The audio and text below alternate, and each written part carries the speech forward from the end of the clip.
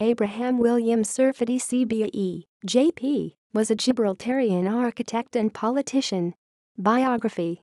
Born in 1910, Abraham William Serfaty was a draftsman of the Gibraltar City Council when he received an invitation to work for Messrs Pearson Mechanical and Civil Engineers in the UK. While in England, he completed his studies in civil engineering. Returning to the Rock, Serfaty worked as an architect and later joined the AACR of Sir Joshua Hassan. He ran for the Legislative Council in 1950 but was not elected.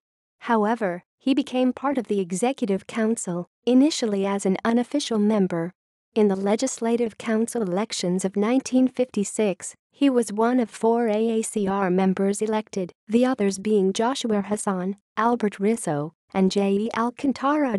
He served at first as member or Minister for Medical Services, then as Minister for Tourism, and finally as Minister for Economic Development in successive AACR governments until his retirement in 1984.